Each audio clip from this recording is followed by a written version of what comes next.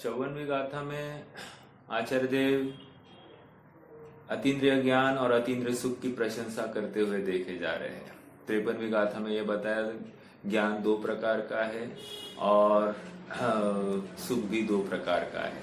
उसमें जो अतीन्द्रिय ज्ञान है और अतीन्द्रिय सुख है वो वर है, अर्थात उत्कृष्ट है। तो वो उत्कृष्ट सुख और उत्कृष्ट ज्ञान कैसा है? कह रहे हैं कि वो उत्कृष्ट ज्ञान खंड खंड नहीं है, प्रत्यक्ष जानता है, गुप्त पदार्थों को जानता है, मूर्त अमूर्त सबको जानता है, ऐसा वो उत्कृष्ट है। उसको कोई बात उससे छिपी नहीं है, त्रिकालवर्ती सबको जानता है, सभी द्रव्य क्षेत्र काल भाव को वो प्रत्यक्ष जान रहा है, ऐसा ये ज्ञान है। और इसकी वजह से ये सुख भी सर्वोपरि है, अर्थात सर्वोत्कृष्ट है।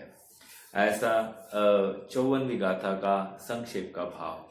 अब 55वीं गाथा में यहाँ पर इंद्रिय ज्ञान की और इंद्रिय सुख की निंदा करने वाले हैं। समझ में आ रहा है क्या?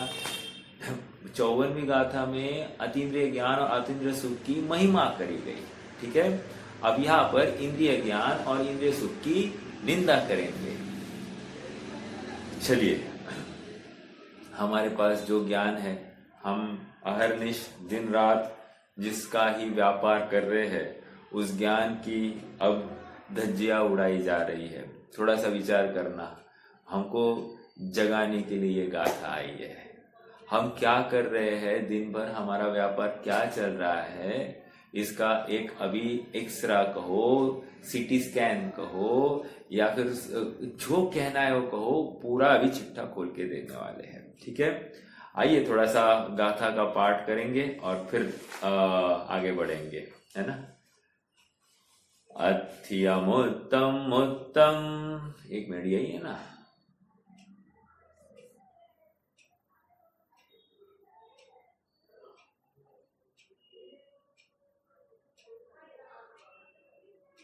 नहीं, वो तो हो गया था ना,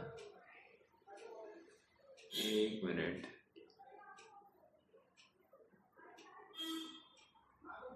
अरे 256 है ना। अच्छा, जीवो स्वयं अमुत्तो मुत्तिगदो तेन मुत्तिना मुत्तम ओगण्हिता जोगम जानदि वा तं न जानादि फासो रसो यगन्धो वर्णो सद्दो यपुगला होन्ति अक्खाणं ते अक्खा जुगवं तेणेव गृह्णन्ति। 56वीं गाथा तो बहुत इजी है। 55वीं गाथा क्या कह रही है? फिर से, जीवो स्वयं अमुत्तो एक मुत्तिगदो तेन मुत्तिना मुत्तम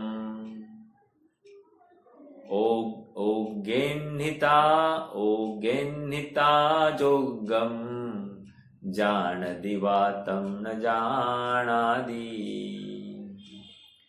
56 फिर से, फासो रसो यगन्धो वर्णो सद्दो यपुगला होन्ति अक्खाणं ते अक्खा जुगवं तेणेव गृह्णन्ति। इसका हिंदी, यह मूर्त तनगत जीव मूर्त पदार्थ जाने मूर्त से अवग्रहादिक पूर्वक अर कभी जाने भी नहीं। 56 पौद्गलिक स्पर्श रस गंध वर्ण अर शब्दादि को भी इंद्रिया एक साथ देखो ग्रहण कर सकती नहीं। शब्दों का भाव देखते हैं गाथा में। जीवो स्वयं अमूर्तो, क्या कह रहे हैं? जीव स्वयं अमूर्त है, एक। मुत्तिगदो तेन मुत्तिना मुत्तम, और यह जीव मूर्त शरीर को प्राप्त हुआ है। क्या कह रहे हैं? मुत्तिगदो अर्थात मूर्तिगत तेन मुत्तिना मुत्तम, अर्थात यह जीव मूर्त शरीर को प्राप्त हुआ है। अब क्या है और क्या है? मुत्तिना मुत्तम ओगहनिता, अर्थात ये जो मूर्त शरीर के माध्यम से जो जान रहा है, मूर्त शरीर मूर्त इंद्रियों के अवलंबन से जो जानता है, कहते ओगैन्यता। ओगैन्यता मतलब क्या? अवग्रह इहा, ओगे ओग इहा, ऐसा आएगा शब्द संधि। तो अवग्रहादिक, अवग्रह इहा आदि रूप से जानता है। अवग्रह इहा अवय धारणा से यह जीव जान रहा है। ठीक है। जोगम जान दिवातम जान दी, और अवग्रादि पूर्वक कभी जाने कभी न जाना दी, वातम न जाना दी मतलब क्या? कभी जानता है कभी नहीं जानता है। दो बातें कह रहे हैं। ये किसकी बात चल रही है? ये इंद्रिय ज्ञान वाला जीव। साथ साथ इंद्रिय सुख भी लगा देना। ठीक है।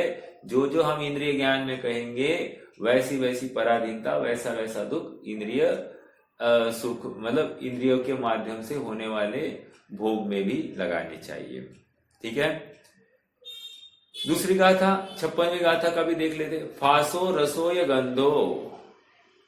फासो मतलब स्पर्श, रसो मतलब रसना, गंधो मतलब घ्राण, वर्णो अर्थात चक्षु वर्ण इंद्रिया वर्ण, सद्दो अर्थात शब्द, यह पोदगला होती। ये सब क्या है? ये सब पुद्गल है। ठीक है। अक्खानम ते अक्खा, वे शब्द आदि को क्या है? इंद्रिया। वे इंद्रिया वे क्या है? अक्खानम मतलब क्या? पुद्गल पदार्थ। ठीक है। एक अब या क्या कह रहे हैं? अक्खा अर्थात वे इंद्रिया। अक्खा मतलब इंद्रिया। वैसे अक्ष का अर्थ होता है आंख, अक्ष का अर्थ होता है इंद्रिया, अक्ष का अर्थ होता है द्रव्य, अक्ष का अर्थ होता है जीव, ऐसा सब लगा सकते हैं। लेकिन यहां पर अक्ष का अर्थ इंद्रिया लेना। ठीक है। अक्खा जुगवंते नेव गिन्हन्ति, अर्थात वे इंद्रिया युगपथ ग्रहण नहीं कर सकती। किसको? आत्मा को और पुद्गल को युगपथ ग्रहण नहीं कर सकती। मूर्तिक और अमूर्तिक को युगपथ ग्रहण नहीं कर सकती। समझ में आ रहा है क्या? ये इतनी बात आ गई इसमें। चलिए अब शब्दों का अब भावार्थ पढ़ते हैं। स्वयं अमूर्त होकर भी, महत्व की बात है, एक एक शब्दों में गौर करना बहुत भाव भरा है। स्वयं किसी थर्ड पर्सन की बात नहीं है। कभी जब भी पढ़ेंगे तब क्या विचार करना? मैं स्वयं अमूर्त हूं। एक ऐसा अमूर्त होने पर भी मैं क्या? यह मैं अर्थात जीव मूर्त शरीर को प्राप्त हुआ। अभी ये मेरा प्रश्न है कि ये हमारा सर्टिफिकेट है, प्रमाण पत्र है, प्रशस्ति पत्र है, या सम्मान पत्र है, या हमारी गौरव गाथा का है, या फिर हमारा कोई गलत कार्य हुआ उसकी ये दास्तान है? कह रहे हम गलत किया है इसकी बात है। समझ में आ रहा है क्या? तो ये दृष्टि हमको खेद होना चाहिए। अरे ये चाटा लगा रहे हैं आचार्य हमको। देखो, स्वयं अमूर्त होकर भी जीव मूर्त शरीर को प्राप्त हुआ है। एक मतलब ये हमारी गौरव गाथा नहीं है, हमारा भूषण नहीं है ये शरीर धारण करना। और दिन रात इस शरीर के लिए क्या नहीं कर रहा है जी? इसको सजाने धजाने के लिए, इसके नाम पर सब कुछ तो इसी के लिए तो चल रहा है। कहता भी है पापी पेट का सवाल, और उसके पीछे करता है अनगिनत पाप करते रहता है। समझ में आ रहा है क्या? देखो फिर से, स्वयं अमूर्त होकर भी जीव मूर्त शरीर को प्राप्त हुआ। उस मूर्त शरीर के द्वारा जानने योग्य मूर्त पदार्थ को अवग्रह आदि पूर्वक जानता है। अब दूसरी बात क्या कह रहे हैं, अब जो जानने जा रहे हैं वे भी सब मूर्त पदार्थ ही जानने जा रहे हैं। समझ में आ रहा है क्या? डिपेंडेंसी है कौन? अमूर्त। ठीक है, और क्या जानना पड़ रहा है इसको? मूर्त को जानना पड़ रहा है, अमूर्त तो जानने में ही नहीं आ रहा है। ठीक है, मूर्त शरीर के द्वारा जानने योग्य मूर्त पदार्थों को अवग्रह आदि पूर्वक जानता है। अब जानता भी है तो कैसा पराधीन कह रहे, अवग्रह आदि पूर्वक जानता है। ठीक है, इतना होने से काम हुआ? नहीं कहा। आगे, अथवा नहीं जानता, अवग्रह आदि पूर्वक जानता है और कह रहे कभी कभी उतना भी नहीं जानता। कैसा इसका ज्ञान, कैसा ज्ञान है ना? ओके, आगे तात्पर्य यह है, शरीरधारी जीव मूर्त पदार्थ को अवग्रहादि पूर्वक कभी जानता है और कभी जानता भी नहीं है। ये 55वीं गाथा हो गई। अब 56वीं गाथा देखो क्या कह रहे हैं। स्पर्श रस गंध वर्ण और शब्द पुद्गल है। ठीक है, कहा आया वो अखाणम, फासो रसो गंधो वर्णो सद्दो पुद्गला होंती। ठीक है, वे सब क्या है? पुद्गल है। आगे, वे इंद्रिया के विषय है। अखाणम अर्थात वे अक्ष के विषय है। ते अखाणम अर्थात वे अक्ष अर्थात इंद्रियों के विषय है। अक्खा जुगवंतेणे एणेव गिण्णन्ति, और इंद्रिया दोनों को या दो विषयों को एक साथ ग्रहण नहीं करती। अब आगे मैंने तो पहले एक्सप्लेनेशन में क्या कहा, मूर्त अमूर्त को ग्रहण नहीं करती। अब यहां तो कह रहे हैं वो इंद्रिया स्पर्श और रस दोनों को एक साथ नहीं, या फिर रस और गंध को एक साथ नहीं, वर्ण और शब्द दोनों को एक साथ, अर्थात कोई दो पौद्गलिक विषयों को एक साथ ग्रहण नहीं करती। ऐसा भी ये इंद्रिया का प्रॉब्लम। समझ में आ रहा है क्या? हाँ, तात्पर्य यह है कि इंद्रिया के विषय भी इंद्रियों द्वारा एक साथ जानने में नहीं आते। मोक्ष प्रकाशक तीसरा अधिकार, पूरा इंद्रिय ज्ञान और उसकी पराधीनता, ये पूरा विषय यही है। समझ में आ रहा है क्या? पूरा प्रवचन सार को पंडित साहब ने वहां पर कोट कर दिया है। देखो कितनी जबरदस्त उनकी सांग्रहिक बुद्धि कौशल्य था कि बराबर प्रयोजनभूत ग्रंथों को उन्होंने पूरा वहां पर नोट कर दिया। इसलिए जयचंद छाबड़ा ने कहा उनको हजारों ग्रंथ का ज्ञान था और हजारों ग्रंथों को राइट टाइम में राइट स्थान पर उसकी नोंद करते थे। समझ में आ रहा है? अर्थात एक मोक्ष मार्ग प्रकाशक में अनेकों ग्रंथों का अभ्यास हो जाता है। अब करने वाला चाहिए, महिमा हमको ऐसी आती है। चलिए अब यहां पर आगे बढ़ते हैं। तो दो गाथा है। पहली गाथा क्या कह रही है कि जीव स्वयं अमूर्त है। ऐसा अमूर्त जीव मूर्त शरीर को प्राप्त हुआ। अब मूर्त शरीर को प्राप्त हुआ इतना ही अपराध नहीं है, कह रहे मूर्त शरीर के माध्यम से वो मूर्तिक पदार्थ ही जानता है, और वे भी मूर्तिक पदार्थ पूर्ण नहीं जानता, कभी जानता है कभी नहीं जानता। ये 55वीं गाथा हो गई। दूसरी 56वीं गाथा क्या कह रही है? ये इंद्रिय ज्ञान कितना तुच्छ है ये यहाँ पर बता रहे हैं। और दूसरी बात क्या कह रहे हैं? ये स्पर्श रस गंध वर्ण ये सब पौद्गलिक है, पौद्गलिक है। और वे क्या है? वे इंद्रिया, क्या कहा?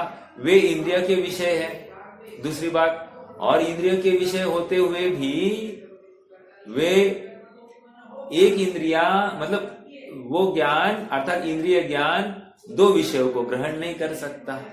ऐसी इसकी क्रमसारता कहो या ऐसी इसकी कमी कहो।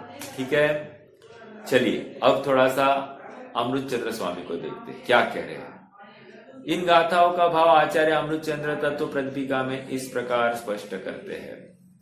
थोड़ी भाषा गरिष्ठ है, लेकिन अभी हमको तो आदत होनी चाहिए। खुलासा तो ऑलरेडी कर ही रहे हैं, इसलिए गंभीरता से मनोयोग से सुनने का प्रयास करना, लाभ उससे होता है। ठीक है, हाँ जी।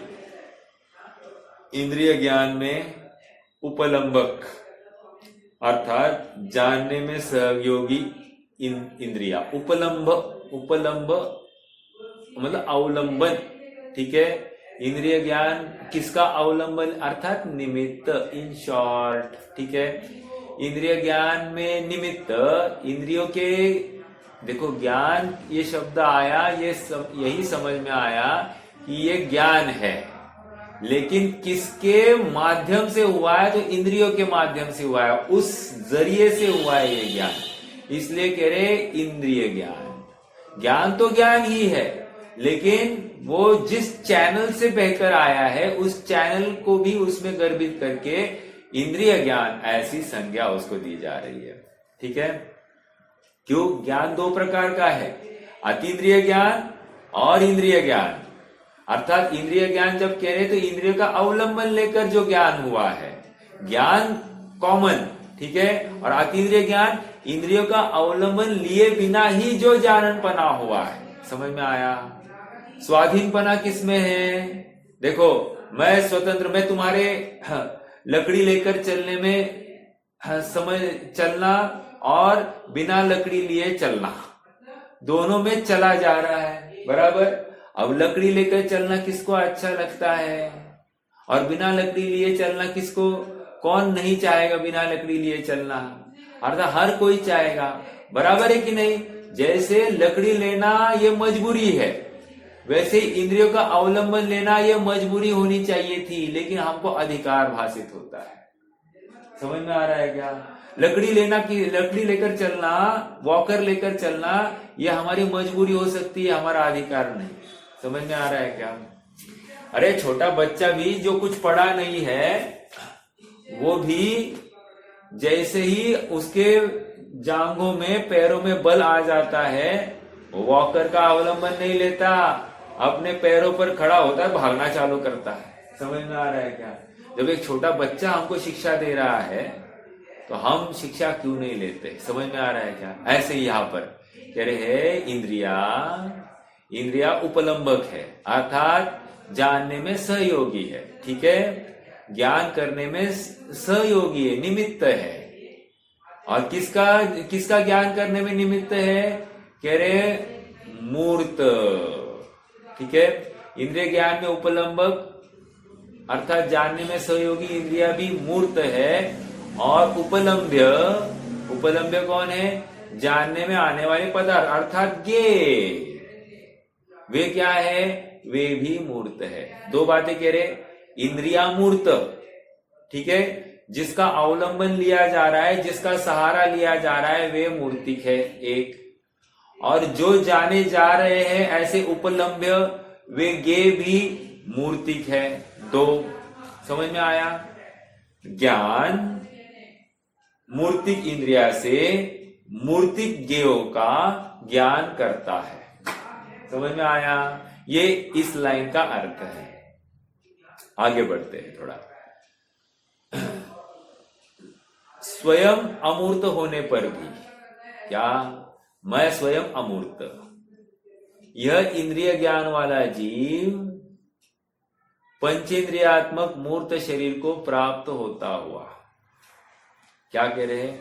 यह इंद्रिय ज्ञान वाला जीव पंचेंद्रियात्मक मूर्त शरीर को प्राप्त होता हुआ जानने में निमित्त भूत उपलंबक मूर्त शरीर के द्वारा जानने योग्य स्पर्शादिवान मूर्त वस्तुओं को अवग्रह रूप जानता है। फिर से, स्वयं अमूर्त है, एक ज्ञान की सामर्थ्य, ज्ञान का स्वभाव।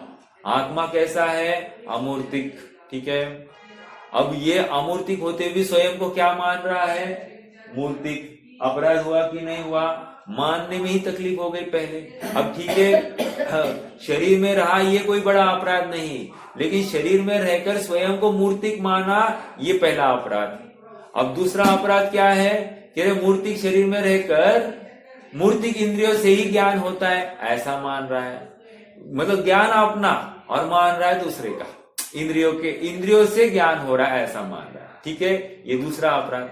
अब दूसरी बात यह है कि इंद्रियों से ज्ञान कर रहा है तो मूर्तिक पदार्थों का ही ज्ञान कर रहा है, ये तीसरी बात समझ में आ रहा है। और वो ज्ञान भी हो रहा है तो आधा अधूरा ज्ञान हो रहा है, कभी जानता है कभी नहीं जानता है। ऐसे टूटे ज्ञान को, ऐसे खंड खंड ज्ञान को, ऐसे आधे अधूरे ज्ञान को ये इंद्रिया ज्ञान कहा जा रहा है, समझ में आ रहा है। और ऐसे ज्ञानधारी को स्वयं के ऊपर कितना विश्वास है, कितनी महिमा आती है ना अपने को। हम एक आध क्लास में टॉप हो जाए तो अपने को लगता है मैं ही क्लेवर हूं। अरे अब मैं ही क्लेवर नहीं, अपना लड़का एकदम 1 नंबर आ जाए तो हमको लगता है मैं ही होशियार हूं, समझ में आ रहा है क्या? है तो लड़का और लड़के का ज्ञान से अपने ज्ञान का आकलन करता है, ऐसी तो इसकी बुद्धि मारी गई है, ठीक है। चलो देखो, एक बहुत अच्छा चर्चा मैंने सुनी, मैं आपके साथ में चर्चा शेयर करता हूं। 4 पॉइंट में अपन डिवाइड करेंगे इस पूरे विषय को। क्या कह रहे हैं, जीव का अपना ज्ञान होने पर भी, ये ज्ञान क्या है, किसका है? पहली बात तो जीव का अपना ज्ञान है, ओके। तकलीफ का है अपन अभी ढूंढ रहे हैं, ठीक है। ज्ञान किसका है? तो जीव का अपना है, स्वतंत्र अपना, अपने में से उत्पन्न हुआ, बाहर से कहीं लाना नहीं पड़ा, फ्री ऑफ कॉस्ट कहीं से मिला नहीं है, किसी ने उधार दिया नहीं है, ये अपना स्वयं उत्पन्न हो रहा है, ऐसा ज्ञान अपने में से हो रहा है। ज्ञान का पुंज हूं, ज्ञान का स्त्रोत्र हूं, ठीक है। अब ये इतना सब विश्वास है, डेली बोलता है मैं ज्ञान का पुंज हूं, मैं ज्ञानानंद स्वभावी हूं, बोलता है कि नहीं बोलता है? बोलता है तो फिर मानता क्यों नहीं है? समझ में आ रहा है क्या? खाली तोता रट करता है। पहला तो जीव का अपना ज्ञान होने पर भी क्या हो रहा है, वो ज्ञान अपने काम में नहीं आ रहा है। क्या कह रहे हैं, मेरा नौकर है और मेरा नौकर मेरा काम नहीं कर रहा है, समझ में आ रहा है क्या? तो हम क्या करेंगे, ए भैया चल पगार ले और निकल जा, 1 2 1 2 का 4 हो जाओ, बोलेंगे कि नहीं बोलेंगे? अब मेरा ज्ञान मेरा काम नहीं कर रहा है, ठीक है। क्या हो रहा है, अपना ज्ञान किसे जानने में लगा है? जो अपने नहीं है उनको जानने में लगा है। जैसे अपना नौकर है और सामने वाले दुकानदार के काम करता बैठे, हो सकता है क्या ऐसे? बिल्कुल हो सकता है। कह रहे ऐसे नौकर को हम क्या करेंगे, पगार लेता है मेरा और काम करता है उसका, बराबर है कि नहीं? वैसे ही मेरा अपना ज्ञान और किसको जान रहा है? पर को जान रहा है, पर का ज्ञान कर रहा है। समझ में आ रहा है क्या? पर में ही वो समर्पित हो गया है, ठीक है। अपना नहीं उनकी जानने में लगा है, जो अपने नहीं है उनको जान रहा है। समझ में आ रहा है क्या? जो अपने नहीं उनको जान रहा है मतलब क्या? अरे ये इंद्रिया ये अपनी है क्या? ये शरीर अपना है क्या? नहीं है। समझ में आया? ये घर स्त्री पुत्र मकान आदि ये अपने हैं क्या? नहीं है। लेकिन इनके जानने में ही रुपया पैसा कम हुआ तो आकुलता, ज्यादा हुआ तो आनंद करता है। समझ में आ रहा है क्या? ये अपराध। तो कह रहे ये क्या है, उसको जानने में लग रहा है। मान लो एक 500 के बंडल में 1 नोट कम आया, दुखी हो रहा है, तो ये क्या है, ये उसका ज्ञान करने में ही लग रहा है, ठीक है। पर का ज्ञान कर रहा है, ज्ञान है मेरा और ज्ञान किसका कर रहा है? पर का कर रहा है, ठीक है। देखो पर का ज्ञान करने में अपराध नहीं है, लेकिन पर का ज्ञान पर की वजह से हो रहा है ऐसा मानना यह अपराध। समझ में आया? एक पर को जानकर उसमें तन्मय होना यह अपराध नंबर 2। समझ में आ रहा है क्या? ये बहुत बड़ी तकलीफ है। पर का ज्ञान करने में कोई अपराध नहीं है, लेकिन छद्मस्त अवस्था में पर को जाने का 100% पर संबंधी विकल्प होगा ही होगा और उसको लेकर तुम्हें बंद होगा ही होगा। एक प्रश्न है आप सबको, अवधि ज्ञान और मनपरे ज्ञान पर का ज्ञान कर रहे हैं, समझ में आ रहा है क्या? पर का ज्ञान कर रहे हैं तो उनको बंद है या अबंध है?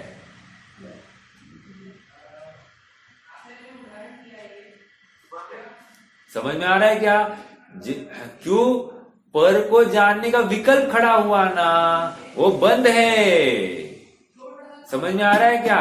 क्यों? उस समय में आत्मा को जान रहे हैं क्या? नहीं जान रहे, तो बंद है ना रवा। मतलब ये 100% पक्का करना कि उसकी महिमा अपने माथे में से कम होनी चाहिए। अरे क्या ये ज्ञान पर को जान रहा है, उसमें क्या बड़ी महिमा आ गई। ठीक है, एक बात। चलो आगे, दूसरी बात क्या कह रहे हैं? देखो, जीव में क्या कहा है कि ज्ञान मेरा, और ज्ञान जान रहा है पर को। ठीक है, अब इसको करना क्या चाहिए था? चलो और एक बात, दूसरे को जान रहा है, इतना ही नहीं, दूसरे को जानकर दूसरे में सुख ढूंढ रहा है। अभी क्या है, क्या कर रहा है? दूसरे को जान रहा है और दूसरे को जानकर दूसरे में सुख ढूंढ रहा है, और उसको उसमें से सुख नहीं मिल रहा है, दुख मिल रहा है, ये भी उसको भान नहीं है। ऐसा व्यापार कब से कर रहा है? कह रहे अनादि से कर रहा है। तो अनादि से घाटे का धंधा करता हुआ भी अभी भी नहीं मान रहा है कि मैं घाटे का धंधा कर रहा हूं। समझ में आ रहा है क्या? अरे एक धंधे में ठोकर लग गई तो अगले धंधे करते समय में फूक फूक पर करता है। एक बार किसी ने अपने को फंसाया तो अगली बार फिर से व्यवहार करते समय में फूक फूक कर समझ कर करता है। यहाँ तो दिन रात ठोकर लग रही है, पर का ही ज्ञान हो रहा है, पर से ही दुख हो रहा है, उपेक्षा हो रही है, तो भी ये क्या कर रहा है? पर के लिए समर्पित हो रहा है। पर को ही जानना है मुझे, पर से ही सुखी हो रहा हूं मैं, ऐसा कह रहा है। कितना बड़ा भ्रम है कि नहीं? रोहित भैया का प्रश्न होगा ही होगा। सब इतना सब समझ में आ रहा है तो फिर ये कहा क्यों वहां जा रहा है? ये आप अपने आप को पूछो। ये सब होते हुए भी हम क्यों जा रहे हैं, यही तो प्रश्न है आचार्य को। कह रहे इसका मतलब तुझे अपनी रुचि आई नहीं है। ठीक है, बस इतना सा एक आंसर है, एक लाइन में आंसर। तुझे अपने को जानना नहीं, तुझे अपनी रुचि नहीं है। तो ये एक पॉइंट हो गया। क्या कहा? ज्ञान अपना जानता है दूसरे को, जो मैं नहीं हूं उसको जान रहा है। उसको जान रहा है तो उससे सुख की भी कल्पना करता है, और सुख मिलता नहीं, दुख ही मिलता है। ये सब प्रोसेस हो गई। ये पहला पॉइंट। दूसरा पॉइंट, ज्ञान अपना, फिर से अब दूसरा पॉइंट, ज्ञान अपना अपने से ही हो रहा है, अर्थात मुझ में से ही ज्ञान आ रहा है कि भाड़े से लाया नहीं है, किसी ने अपने को दिया नहीं है, अपने में से ही बाहर निकल रहा है ज्ञान। बराबर? तो फिर अपने को प्रसिद्ध क्यों नहीं कर रहा है? समझ में आया? पहले में क्या किया? पहले में दूसरे को प्रसिद्ध कर रहा था, दूसरे को जानने में लग गया था। मेरा ज्ञान मुझ में से उत्पन्न होता है और मुझे ही प्रसिद्ध नहीं कर रहा है। समझ में आ रहा है? अर्थात मैं कौन हूं यही नहीं मानता है। बाकी सब मान रहा है, मैं शरीर हूं, मैं देह वाला, मैं श्रीपाल, सब मानता, मैं पिता, मैं पुत्र, मैं मालिक, मैं राजा, मैं रंग, सब मान रहा है, लेकिन मैं आत्मा ये नहीं मान रहा है। कितनी बड़ी बात हो गई ना। मतलब कितना बड़ा छलावा है स्वयं के साथ में, ये समझ में आ रहा है। मेरा ज्ञान मुझ में से उत्पन्न हुआ और मेरे से ही अनजान। समझ में आ रहा है क्या? मेरा ही खबर नहीं कर रहा है, मेरा ही परिचय नहीं करा रहा है मुझसे। ठीक है, दो। तीसरा पॉइंट, अपना ज्ञान मेरा ज्ञान है, अर्थात ये अमूर्तिक है, और लेता मदद किसकी है? मूर्तिक पदार्थों की। समझ में आ रहा है क्या? मूर्तिक इंद्रियों की मदद लेता है। मैं हूं अमूर्तिक, और चाह किसकी कर रहा है? मूर्तिक इंद्रियों की हेल्प की या मदद की वांछा करता है। ठीक है, अब जब मदद लेता है तो फिर क्या होगा? मूर्त पदार्थ का ही ज्ञान होगा और किसी का ज्ञान होगा ही नहीं। अर्थात ज्ञान अपना अमूर्तिक, उसने पर का अवलंबन लिया है, इसलिए अब पर का ही काम करना पड़ेगा। मान लो अपना नौकर है, उसने सामने वाले की एक रिश्वत ली है कि यहां का माल वहां देना है, तो काम किसका करेगा? भले ही नौकर है अपना ही पगार लेता है, लेकिन अब रिश्वत लिए, वो रिश्वत ने उसको खरीद लिया है और वो अपना माल वहां डालेगा। समझ में आ रहा है क्या? अपना पगार तो लेगा ही लेगा, प्लस अपना माल वहां डालेगा। समझ में आ रहा है?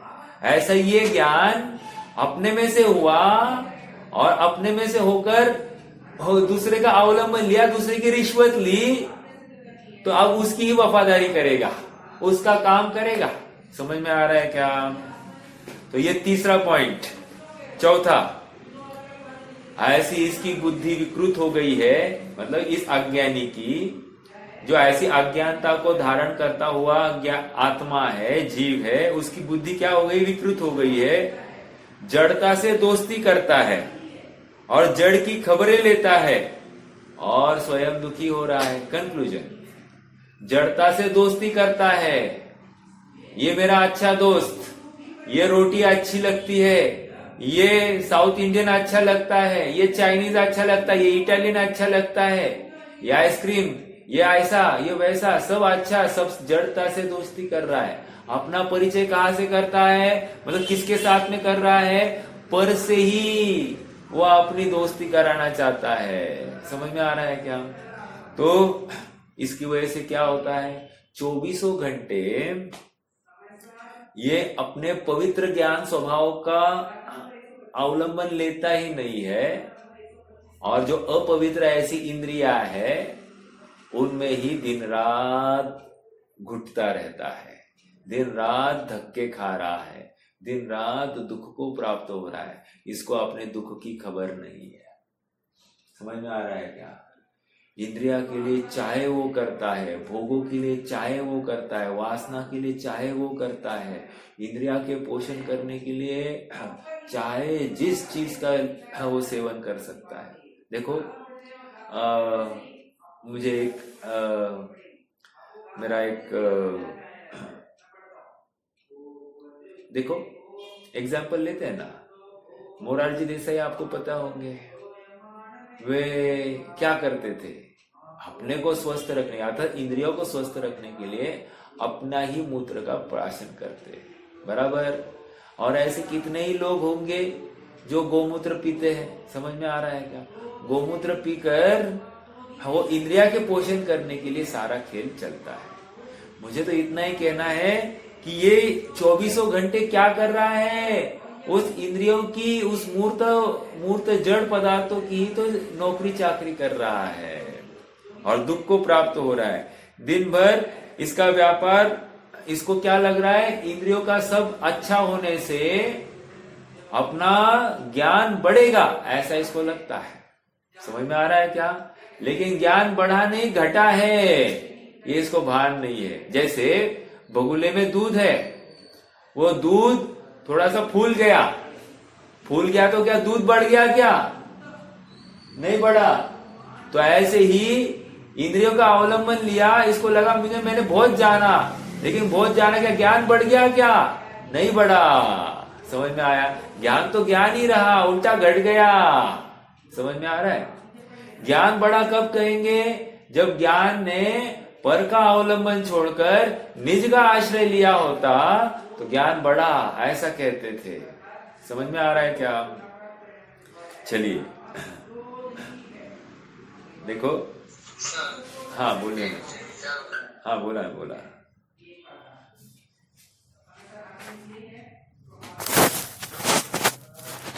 क्या प्रश्न ये है, मेरी आयु बाकी है, तो फिर आयु के हिसाब से जीना या वैसा प्रयास करना अच्छा या फिर आत्महत्या करना अच्छा? प्रश्न इसलिए आया कि मान लो किसी को व्याधि हो जाए, रोग हो जाए, तो जब रोग हो जाए तो उस समय में उस व्याधि का अभाव करना इष्ट है या आत्महत्या करना? देखो रत्नकर्ण श्रावकाचार 21-22वीं गाथा है, वहां पर समाधि मरण की चर्चा प्रारंभ हुई है और समाधि मरण की चर्चा में वहां पर आचार्य देव स्पष्ट लिख रहे हैं कि समाधि कब धारण की जाती। आत्महत्या के लिए तो जगह है नहीं अपने यहाँ पर जिनागम में। पहली बात तो ये क्लियर कर देना, आत्महत्या ये शब्द जैनी के डिक्शनरी में से निकल जाता है। वहां पर जैनी, वो जैनी नहीं जो आत्महत्या की कल्पना करता है, एक बात। दूसरी बात, मैं इसको समाधि की भाषा बोलता हूं, ठीक है। तो कह रहे प्राण त्याग के लिए समाधि धारण करना कब धारण किया जाता है, कह रहे दुर्भिक्ष के काल में, एक। दो, दूसरा कह रहे हैं कि कोई आक्रमण हो गया है, अपने प्राण बचेंगे नहीं, इस अवस्था में। दो, तीसरा कह रहे रोग हो गया है और पूरा प्रयास किया है, अंडरलाइन द वर्ड, रोग हुआ है, पूरा प्रयास किया है उस रोग के अभाव का, और अब बचने के कोई अवसर नहीं है। तीन, तो उस काल में समाधि धारण की जाती है। समझ में आ रहा है क्या? अर्थात हमको सामने मौत दिखाई दे रही है, अब मौत कभी भी दस्तक, अर्थात आयु का अभाव दस्तक दे देगा, ऐसा हमको विश्वास हो गया है अनेक अनेक चिन्हों के माध्यम से, तब समाधि धारण की जाती है। समझ में आ रहा है क्या? हाँ, तो एक बात ये हो गई। दूसरी बात, आयु है ज्यादा तो किसने मना किया है? समझ में आ रहा है क्या? आपको ऐसे ही उपायों का अवलंबन लेना जो हिंस्र नहीं हो और हमारा जीवन चले। दूसरों के घात करके, अर्थात दूसरे जीवों के घात के बल पर हम आयु की कल्पना करें, ये भ्रामक कल्पना है। समझ में आ रहा है क्या? निज आयु से जीवित रहे, यह बात जिनवर ने कही, तू मार कैसे सकोगे जब आयु दे सकते नहीं। एक ये आ गई बात। दूसरी बात, निज आयु से जीवित रहे, यह बात जिनवर ने कही, तुम बचा कैसे सकोगे जब आयु दे सकते। पहला हर सकता नहीं आयु, और दूसरा आयु दे सकता नहीं। ये दोनों तरफ से ये बंद है। हम कर ही नहीं सकते, तो आयु का अभाव हम कर ही नहीं सकते। हम लाख प्रयास करें लेकिन आयु है, हम मरण को प्राप्त नहीं होंगे। समझ में आ रहा है क्या? और आयु नहीं है तो लाख प्रयास करो, मरण तो उसी समय में आने वाला है। तो क्या है? हमारा प्रयास गलत ही है। फिर हमको करना क्या? हमको तत्व चिंतन करना, ये शरीर मैं नहीं हूं, ये आयु द्रव्य कर्म है, ये मैं नहीं हूं, इससे मैं जीता ही नहीं, मैं तो अपने चैतन्य प्राण से जीता हूं। ऐसा जो तत्व विचार है वही सुख देकर जाएगा। ये शरीर रहे अथवा नहीं रहे, इससे मुझे क्या लेना देना, ये तो मेरा नौकर है। समझ में आ रहा है क्या? नौकर से, नौकर को राजा बनाना समझदारी नहीं है। नौकर को अपने पैरों में ही गुलाम बनाकर रखना, इसी में समझदारी। नहीं तो नौकर माथे पर बैठ जाएगा और तुम उसकी दिन रात हाजिरी हुजूरी करते बैठोगे, तुम अपने काम से वंचित रहोगे। समझ में आ रहा है क्या? तुम्हें धंधा भी करने नहीं देगा। धंधा मतलब आत्मानुभव करने नहीं देगा। ये समझ में आ रहा है? ठीक है, समाधान हो गया सर?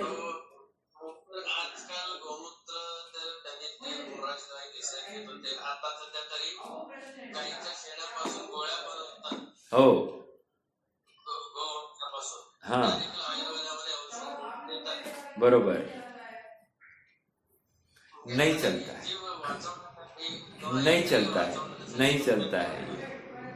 हाँ, देखो यहाँ पर शुद्ध प्रासुक औषधि का प्रयोजन है, कथन है, इसके अलावा और कुछ नहीं। ओके, शुद्ध प्रासुक औषधि अब कहाँ मिलती है, कैसे मिलती है, ये अलग बात। लेकिन जो नहीं चलती है सो नहीं चलती है। वो हिंस्र है तो हिंस्र है, इतना तो मानो। मानने में क्या हर्जा है? करो नहीं करो ये दूसरी बात है, लेकिन अपन अपराध कर रहे हैं, ये मानने में क्या हर्जा है? समझ में आ रहा है क्या मेरी बात? आप क्या करते हो इसके लिए विरोध नहीं है, लेकिन आप क्या मानते हो इसके लिए बहुत विरोध है। क्यों? मान्यता की वजह से संसार भटक रहा है। ये जीव क्या कर रहा है? ये जीव इससे भटक नहीं रहा है, उसकी मान्यता, विपरीत मान्यता की वजह से ये भटक रहा है। आज क्या खा रहे क्या पी रहे ये नहीं, लेकिन ये खाकर मैं जीवित रहूंगा, ये मान्यता गलत है। समझ में आ रहा है क्या? मैं तो जीवित रहता हूं अपने आयु कर्म से, ये क्यों नहीं मानते हो आप? समझ में आ रहा है क्या? जब आप ही कह रहे आयु कर्म है तो फिर क्या करना? तो आयु कर्म है, जब ये स्वीकार है अपने को, आयु कर्म जब तक है तब तक मैं रहूंगा, तो फिर मानो ना आयु कर्म से जीता है। और जीव में आयु कर्म है ही नहीं, जीव तो जीव है, अपने चैतन्य प्राण से जीता है। ऐसा चिंतन करना ही जरूरी है। बाकी जितना भी उपाय है वो खेद है, खेद। ये प्रयास देखो, भोजन भी कर रहा है ना, ये भी खेद वर्तना चाहिए। भोजन कर रहे हैं हम, क्या लग रहा है हमको? बाकी बाकी दवाइयां छोड़ दो, अरे भोजन भी तो एक दवाई है कि नहीं? तो भोजन करना ये भी अपराध है, ये समझाएंगे। समझ में आ रहा है क्या? और जब करना ही है तो खेद भाव वर्तना चाहिए।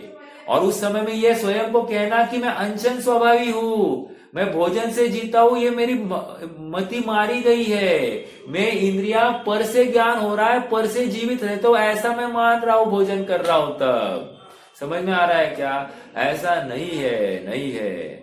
अमूर्त जीव मूर्त इंद्रियों से ज्ञान करना चाहता है। अमूर्त जीव मूर्त भोजन से जीवित रहने की कल्पना कर रहा है। अमूर्त जीव लगाना हर चीज में मूर्त इंद्रियों के माध्यम से, अवग्रह या अवाय आदि के माध्यम से इसको ज्ञान होता है। वो भी क्रमिक होता है, कभी होता है कभी नहीं होता है, ऐसा इसकी अवस्था है।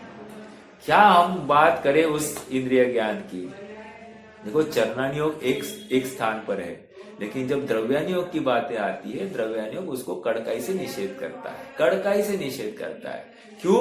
हमको तुम्हें अपना आत्मा दिखाना है, हमको तुम्हें थोड़ी शरीर का ज्ञान कराना है। शरीर का ज्ञान कराने के लिए चरणानियोग बैठा है, लेकिन हमको तुम्हें आत्मा का ज्ञान कराना है। ये ज्ञान कौन कराएगा? इसलिए हम कहेंगे शरीर तू है ही नहीं, तू अमूर्तिक है, शरीर मूर्तिक है, वो उनका काम वो कर रहा है और तू अपना काम कर रहा है। ऐसा भेद विज्ञान कराएंगे।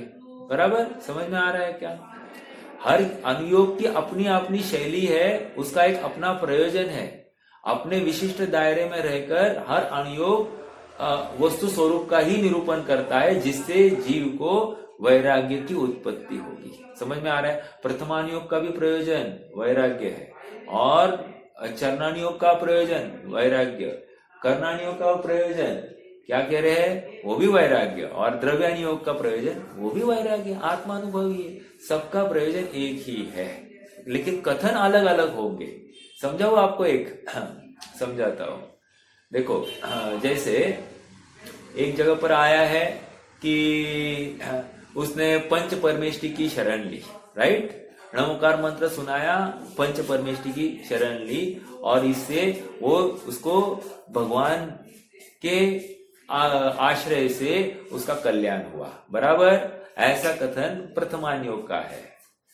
द्रव्यानुयोग के पास में यही कथन आया, यही सिचुएशन आ गई, तो द्रव्यानुयोग कहेगा पंच परमेष्टि के माध्यम से कुछ नहीं हुआ, इसने निज आत्मा का अवलंबन लिया, उसे अपने आत्म तत्व की महिमा आए बिना ये काम हो ही नहीं सकता, ऐसा द्रव्यानुयोग कहेगा।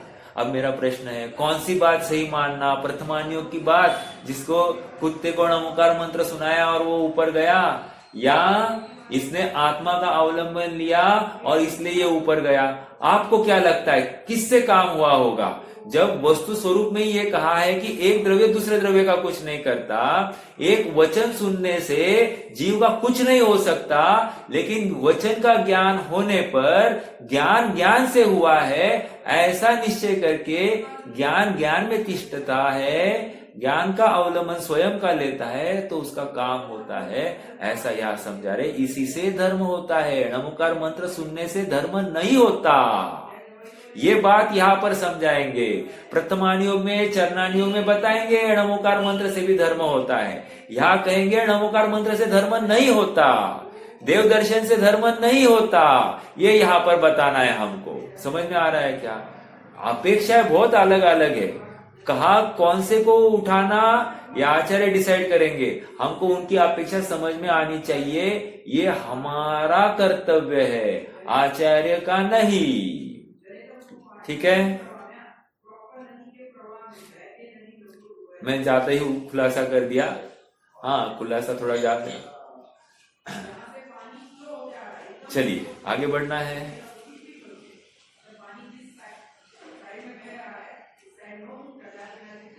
हाँ जी, देखिए क्या कह रहे थे। हाँ, तो आ गई बात, यहाँ पर वो एक पैराग्राफ हो गया और मेरे ये पॉइंट्स भी हो गए। अब देखो स्वयं नीचे परोक्ष ज्ञान, ठीक है, फिर से पढ़ते हैं, मैं अभी लिंक टूट गई ना अपनी। स्वयं अमूर्त होने पर भी वह इंद्रिय ज्ञान वाला जीव पंचेंद्रियात्मक मूर्त शरीर को प्राप्त होता हुआ जानने में निमित्तभूत उपलम्बक मूर्त शरीर के द्वारा जानने योग्य स्पर्शादिवान मूर्त विषयों को अवग्रह रूप जानता है। समझ में आ रहा है क्या? पहले निमित्त, इंपॉर्टेंट क्या है? निमित्त। निमित्त कौन है? इंद्रिया। ठीक है, मूर्त शरीर ये निमित्त है, और उससे क्या कर रहा है? ये स्पर्श रस गंध वर्ण का ज्ञान करता है। स्पर्श रस गंध वर्ण को नहीं जानता है, उसका ज्ञान होता है, उसको भोगता नहीं है, उसका ज्ञान करता है। लेकिन इस जीव को क्या लग रहा है? मैं उसको भोग रहा हूं, मैं उसको ज्ञान करता हूं, ऐसा नहीं, उससे मुझे आनंद होता है ऐसा मान रहा है, अर्थात उससे मुझे भोग हो रहा है। और फिर वो भोग या तो इष्ट होगा या तो अनिष्ट होगा, और क्या होगा? बराबर है। मान लो शरीर में वेदना है, ठीक है, शरीर में कोई व्याधि हो गई है या हड्डी टूट गई है या कुछ तो हो गया, तो इसको लेकर वेदना है। तो क्या समझना है यहाँ पर? ये जीव मूर्त इंद्रिय से अर्थात मूर्त शरीर का अवलंबन लेकर उससे ज्ञान करता है, अर्थात और कहता है कि मुझे दर्द हो रहा है। हुआ कहाँ है? शरीर में। और समझता क्या है? मुझ में, अर्थात आत्मा में। और इसको लेकर क्या हुआ? वो दुख को प्राप्त हुआ। क्यों? मूर्त इंद्रिय से मूर्तिक पदार्थ का ही ज्ञान हुआ, और इसको लगा कि वो ज्ञान मतलब मुझे ही तकलीफ हो गई, और तकलीफ हो गई इसलिए ये दुख को प्राप्त होता है। समझ में आ रहा है क्या? हाँ, उससे आगे शुद्धि के सद्भावानुसार मिल रहा है सेकंड लास्ट लाइन। उससे आगे शुद्धि के सद्भावानुसार कदाचित इहादी पूर्वक जानता भी है, और कदाचित शुद्धि के अभाव में नहीं जानता, क्योंकि इंद्रिय ज्ञान परोक्ष है। शुद्धि मतलब क्या? शुद्धि का अभाव मतलब उपयोग। एक क्षयोक्षम विशेष होगा तो कदाचित जानना हो जाता है, क्षयोक्षम कम होता है तो जानना कम हो जाता है। समझ में आता? या फिर नहीं भी जानना हो जाए, बहुत पराधीन है। एक एग्जाम्पल लेते हैं ना, एग्जाम्पल ये है कि आंख है, राइट? आंखों में मोतिया आ जाए तो दिखेगा क्या? नहीं दिखेगा। एक तो आड़ आ गई ना मोतिया, तो कह रहे ये जो है बाधक हो गया। अब मान लो आंख के ऊपर एक काला चश्मा रखा जाए तो क्या होगा? सफेद दिखेगा क्या? नहीं, उसमें काला ही, सब कुछ काला काला दिखाई दे। चलो आंख के ऊपर चश्मा नहीं रखा, लेकिन इस जीव को पीलिया हो जाए, जो जिसको पीलिया होता है उसको क्या होता है? उसको सब कुछ पीला दिखता है। समझ में आ रहा है क्या? अर्थात द्रव्य इंद्रिया जैसी है वैसा ज्ञान कराती है, अर्थात यथार्थ ज्ञान भी नहीं कराती। समझ में आ रहा है क्या? इतनी पराधीनता है। एक बात तो ये। दूसरी बात क्या कह रहे हैं? ये अगर समर्थ नहीं हो तो जान भी नहीं सकता, और समर्थ हो तो भी कुछ का कुछ भी ज्ञान करा सकती है। ठीक है, तो क्यों? क्योंकि ये इंद्रिय ज्ञान परोक्ष है, पर का अवलंबन लेता है, मूर्तिक इंद्रियों का अवलंबन लेता है, और मूर्तिक इंद्रिया पर का ही ज्ञान कराने वाली है। समझ में आ रहा है क्या? हमको बालबोध में ही इंद्रिय नामक पाठ है पढ़ा है, बराबर। तो इंद्रिय नामक पाठ में वहां पर एक चर्चा बताई है, आप पढ़ना उस विषय को। वहां पर बच्चा अपनी माताजी को पूछता है, पिताजी को जैन साहब क्यों कहते हैं?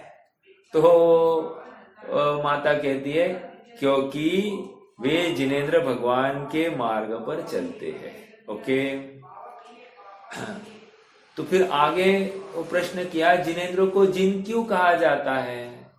तो वहां पर फिर जवाब दिया कि जिनेंद्र को जिन इसलिए कहा जाता है क्योंकि उन्होंने इंद्रियों पर विजय प्राप्त की है। Point number 2। तो तीसरा प्रश्न, माँ क्या इंद्रियां हमारी शत्रु है कि उनके ऊपर विजय प्राप्त करनी है? तो माँ कहती है कि नहीं, इंद्रियां हमारी शत्रु नहीं है, लेकिन ये इंद्रियों के माध्यम से पर का ही ज्ञान करता है, अपना ज्ञान नहीं कर पाता है। इसलिए इंद्रियों के ऊपर विजय प्राप्त करना, इंद्रियों के ऊपर विजय प्राप्त करना मतलब उनका अवलंबन नहीं लेना, इसको इंद्रियों के ऊपर विजय प्राप्त करना है। The strongest person in the world is not the one who has won all his enemies, but he is the one who has kept his senses under control. Senses under control मतलब क्या? जिसने अपने इंद्रियों को सीमित किया है, अर्थात इंद्रियों का अवलंबन ही छोड़ दिया है, वो सबसे ताकतवर आदमी है। ताकतवर वो नहीं है जो शस्त्र लेकर अपने सबको परास्त किया है उसने, वो ताकतवर नहीं है। वो तो सबसे भयभीत और डरपोक है, जो अपने इंद्रियों को अपने अर्थात मर्यादा में रखता है, उनका अवलंबन नहीं लेता है, वो सबसे ताकतवर आदमी है। आपने कभी भारत को अन्यों के ऊपर आक्रमण करते आपने इतिहास उठाकर देख लेना, क्या भारत ने कभी भी किसी काल में किसी अन्य के ऊपर आक्रमण किया है? क्या नहीं किया। इसका कारण क्या है? कारण ये है क्योंकि ये अध्यात्म प्रेमी संस्कृति है। कारण ये है कि मैं पर का शोषण करूं, ये बात अपनी भारतीय संस्कृति में है ही नहीं। मैं दूसरा मेरे ऊपर शोषण करता है तो भी मैं उसको भी मानता नहीं, तो मैं दूसरे की करूं, ये कहां से लाई बात? समझ में आ रहा है क्या? बहुत बड़ी बातें हैं। चलिए तो आगे बढ़ते हैं। परोक्ष ज्ञान मिल रहा है सबको?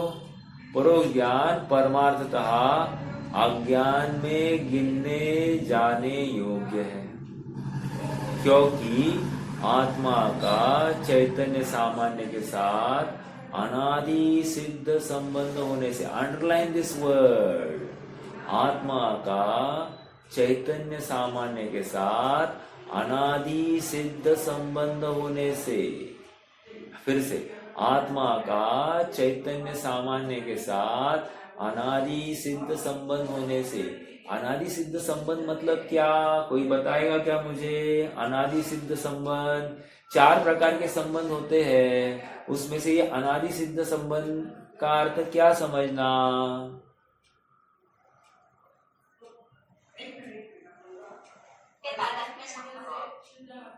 बराबर, बहुत अच्छा।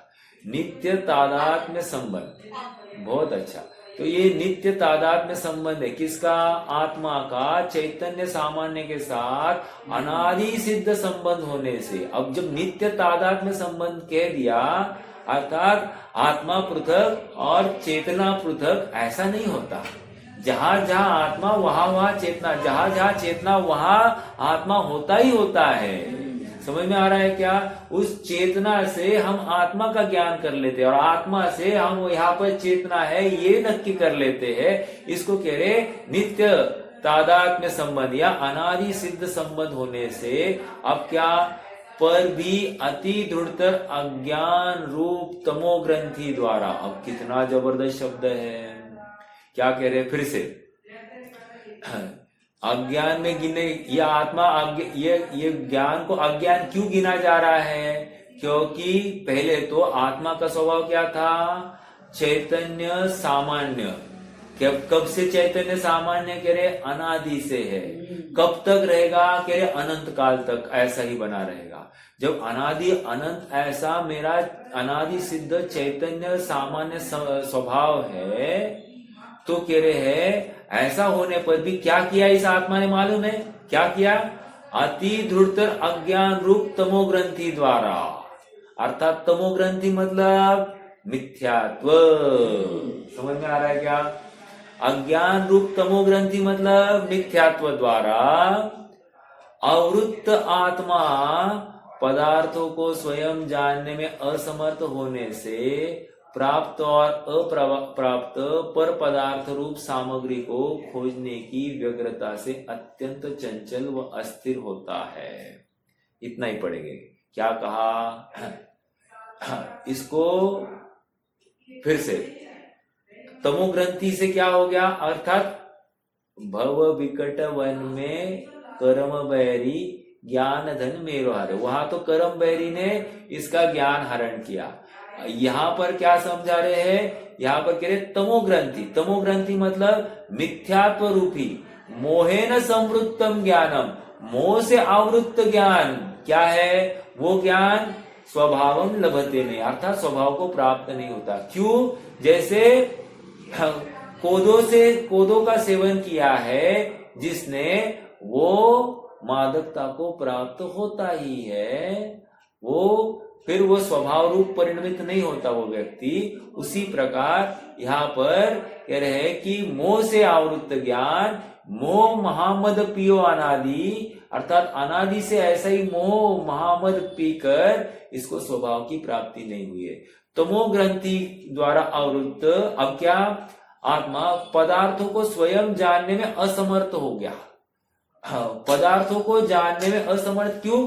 क्योंकि वो पर का अवलंबन लेकर पदार्थों को जानना चाहता है और पर से सुखी होने की कल्पना करता है, पर से ज्ञान होने की कल्पना करता है। इंद्रिया के बिना ज्ञान हो नहीं सकता, ऐसी वो भावना करता है। तो इसको लग रहा है कि सब पर से हो रहा है, ऐसा इसको मोह, मिथ्या रूपी मोह इसके ऊपर छा गया है। समझ में आया क्या? तमोग्रंथि द्वारा आवृत्त आत्मा पदार्थों को स्वयं जानने में असमर्थ होने से प्राप्त और अप्राप्त पर पदार्थ रूप सामग्री को खोजने की व्यग्रता से। मतलब प्राप्त सामग्री और अप्राप्त सामग्री मतलब प्राप्त इंद्रिया और अप्राप्त विभोग। समझ में आ रहा है क्या? संयोगी पदार्थ, रुपया, पैसा, स्त्री, पुत्र, मकान आदि सब से क्या कर रहा है? ये प्राप्त और अप्राप्त पर पदार्थ रूप सामग्री को खोजने की व्यग्रता से अत्यंत चंचल व अस्थिर होता है। अत्यंत चंचल मतलब क्या? उसको प्राप्त किए बिना ये बेचैन रहता है, उसको दुखी दुख दिखाई दे रहा है कि सामने पर पदार्थ की प्राप्ति नहीं हो रही। देखो, मैं ऐसे कुछ युवा से परिचित हूं जिनकी शादी ही नहीं हो रही है। लड़का आया, लड़का कह रहा है दुखी हूं मैं। क्यों दुखी है? साहब मेरी शादी, उम्र हो गई, शादी नहीं हो गई। लड़की आई, लड़की कह रही है साहब उम्र हो गई, शादी नहीं हो रही। दोनों दुखी है। अब मैंने दोनों को मिलाया। दोनों को मिलने के बाद में मेरा प्रश्न है, दोनों दुखी मिलकर सुखी होने वाले हैं क्या? दो दुखी जीव मिलकर सुखी होने वाले हैं क्या? नहीं होंगे। समझ में आ रहा है क्या? उसी प्रकार यहाँ पर कह रहे हैं जो ज्ञान तमोवृत्ति से प्राप्त हुआ है, अर्थात मिथ्यात्व से प्राप्त हुआ है, वो ज्ञान ऑलरेडी आकुल हुआ है, व्यग्र हुआ है। ऐसा व्यग्र ज्ञान पर की प्राप्ति से यत् किंचित भी सुखी होने वाला नहीं है। लेकिन पर प्राप्त नहीं हो रहा है ना, उसमें और चंचल हो रहा है और बेचैन हो रहा है। जब तक पर सामने नहीं दिखता है, भोग उसके सामने नहीं दिखता है, वो अत्यंत अत्यंत खेद खिन्न होता है। समझ में आ रहा है क्या? करना क्या चाहिए था? पर का प्राप्त होना योग्यता के अधीन है।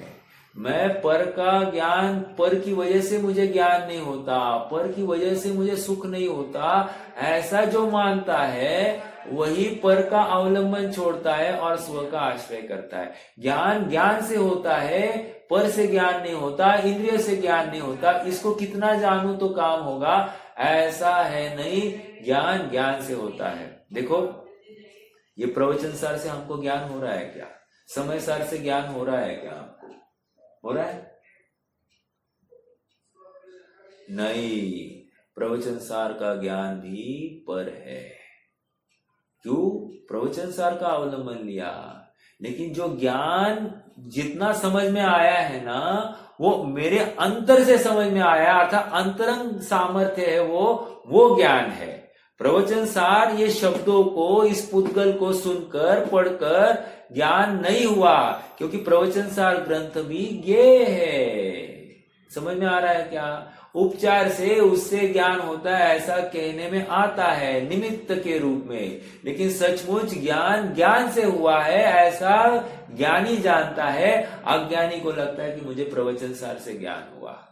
प्रवचन सार पढ़ के बहुत आनंद आ रहा है, कह रहे प्रवचन सार से आनंद नहीं आ रहा है, आनंद तो आत्मा में से आया है, क्योंकि आत्मा में आनंद है, प्रवचन सार में आनंद नहीं है। समझ में आ रहा है क्या?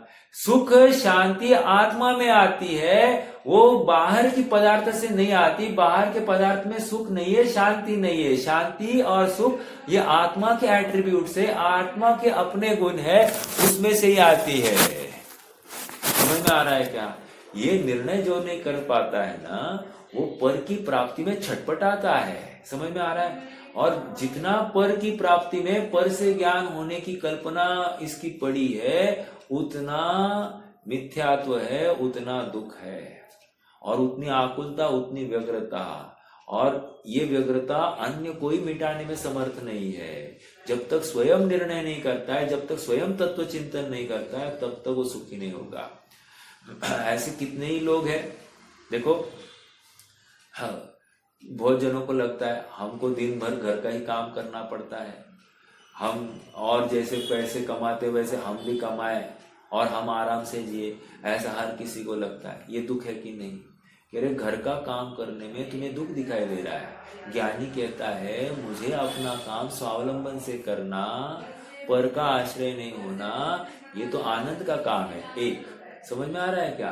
पर हमको लगता है कि कोई काम वाला या नौकर हमारे नीचे हो तो हमको बहुत हेल्पफुल होगा। यहाँ कह रहे तुम्हें पर की आवश्यकता पड़ी, यही तुम्हारी पराधीनता, यही तुम्हारी आकुलता है, यही तुम्हारी व्यग्रता है। अब उस नौकर को लेकर तुम्हें कितना दुख होने वाला है ये तुम्हें मालूम नहीं, क्योंकि नौकर ने काम किया नहीं किया उसको देखना पड़ेगा, नौकर ने अच्छा किया बुरा किया वो देखना पड़ेगा, नौकर छुट्टी पे गया वो तुम्हें देखना पड़ेगा। आकुलता है कि नहीं? वैसे ही ये डिपेंडेंसी है। उसी प्रकार यहाँ पर कह रहे तुझे इंद्रियों का अवलंबन लेना, ये डिपेंडेंसी क्यों नहीं दिखाई देती है? कितनी स्वाधीनता से तुम अपना ज्ञान करते हो, ये स्वीकार करना चाहिए था, लेकिन तुम कहते हो कि मुझे इंद्रिया चाहिए, इंद्रिया ही होगी तो ही मैं पर को देख सकूंगा। तो कह रहे ये तेरा अपराध है, इंद्रिया भी नहीं है, कदाचित तू पर को देख नहीं पा रहा है, लेकिन देख नहीं पा रहा है ऐसा जान पा रहा है ना, ये जानना ही तो ज्ञान है, और तू है ये स्वीकार कर। समझ में आ रहा है क्या?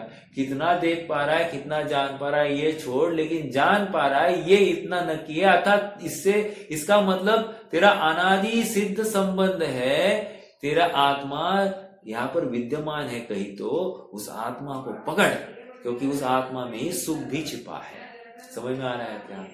हाँ, देखो, और हो गया है, समय तो हो गया है। चलो रुकते हैं, कोई प्रश्न है तो रख सकते हैं, नहीं तो जिनवानी स्थिति करेंगे।